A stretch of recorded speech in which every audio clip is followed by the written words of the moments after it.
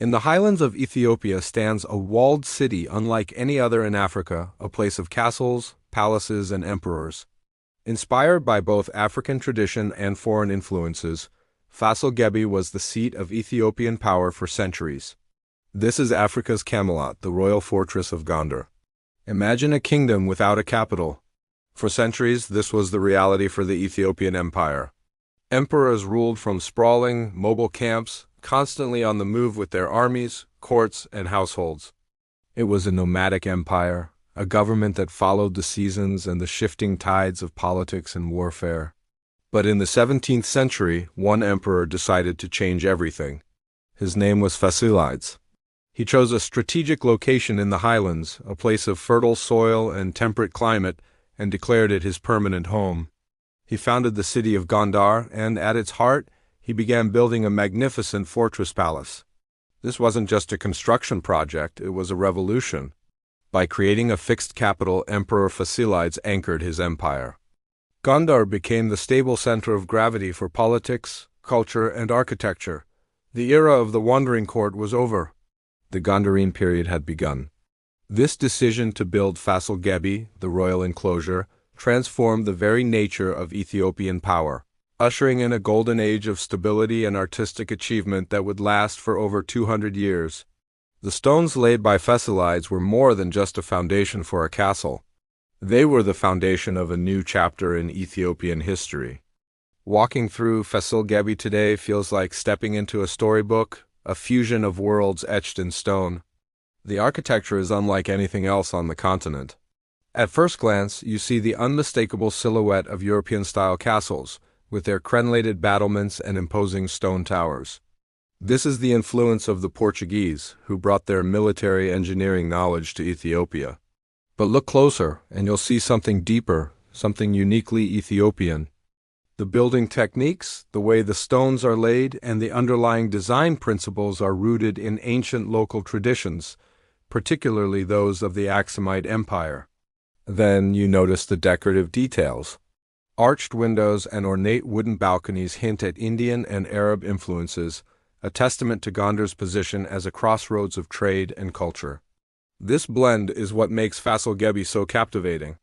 Massive stone walls, some as thick as 3 meters, encircle a vast complex of royal palaces, grand banquet halls, libraries, and even stables for the imperial horses. Each successive emperor added their own touch, building new structures within the compound. What started as Fasilides' palace grew into a sprawling royal city, a testament to the dynasty's power and its connection to the wider world.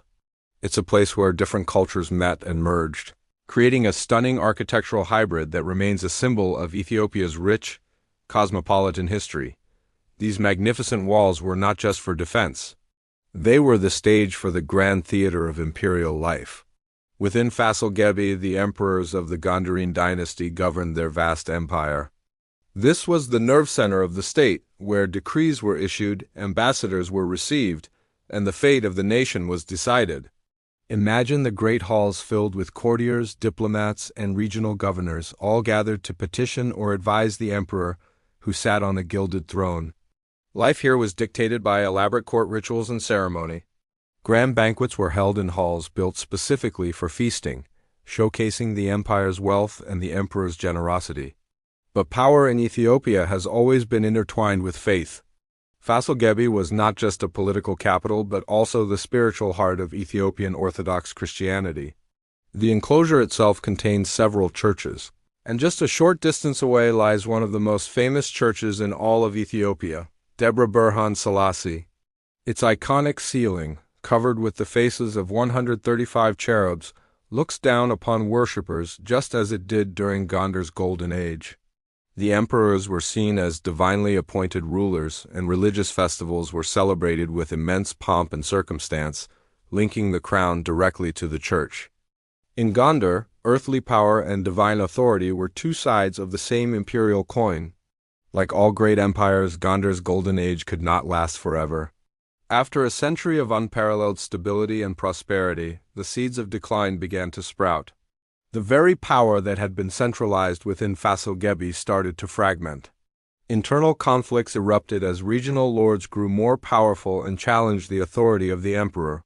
The once absolute monarch became, at times, a mere figurehead, a pawn in the games of ambitious nobles and warlords. This period, known as the Era of the Princes, saw the empire dissolve into a collection of semi-independent territories. The fortress of Gondar, once the vibrant heart of the nation, grew quiet.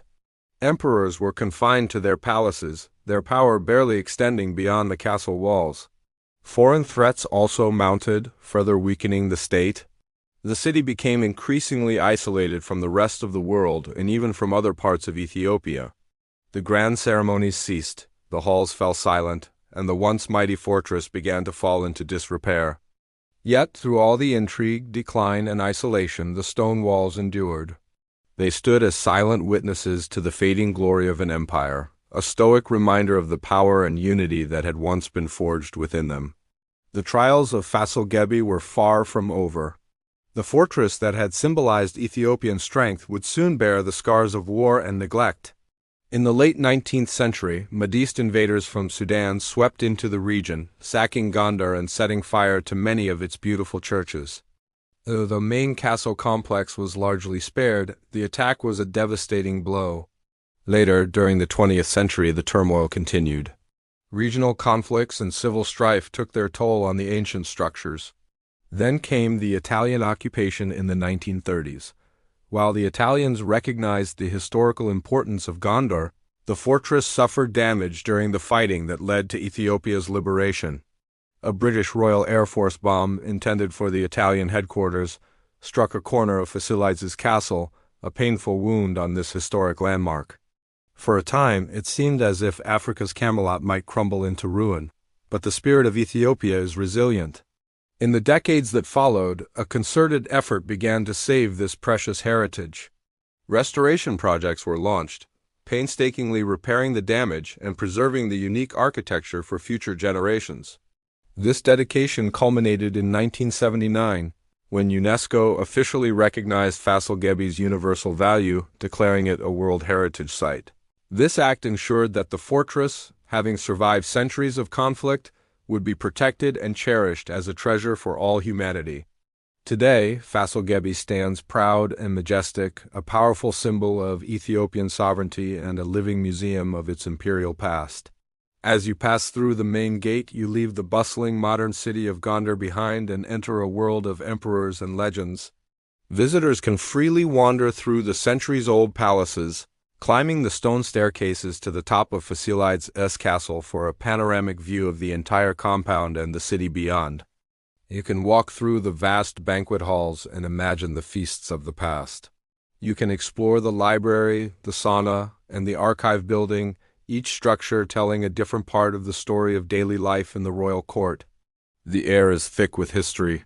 Standing in the shadow of these great towers, it's easy to imagine the colorful imperial ceremonies, the royal processions, and the political dramas that unfolded right here. Fasil Ghebbi is now one of Ethiopia's most important tourist destinations, drawing travelers from around the globe who come to marvel at its unique architecture and soak in its rich history. It is a place that connects modern Ethiopia to its glorious past, a tangible link to the emperors who dreamed of a permanent, powerful, and unified nation. Fasil Ghebbi is more than just stone and towers.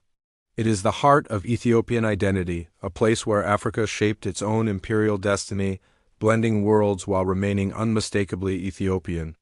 It stands as a testament to a time when a great African empire built castles to rival any in the world, creating a legacy that continues to inspire awe and pride. Thanks for watching.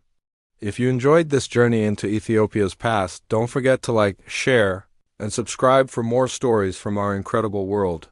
See you next time.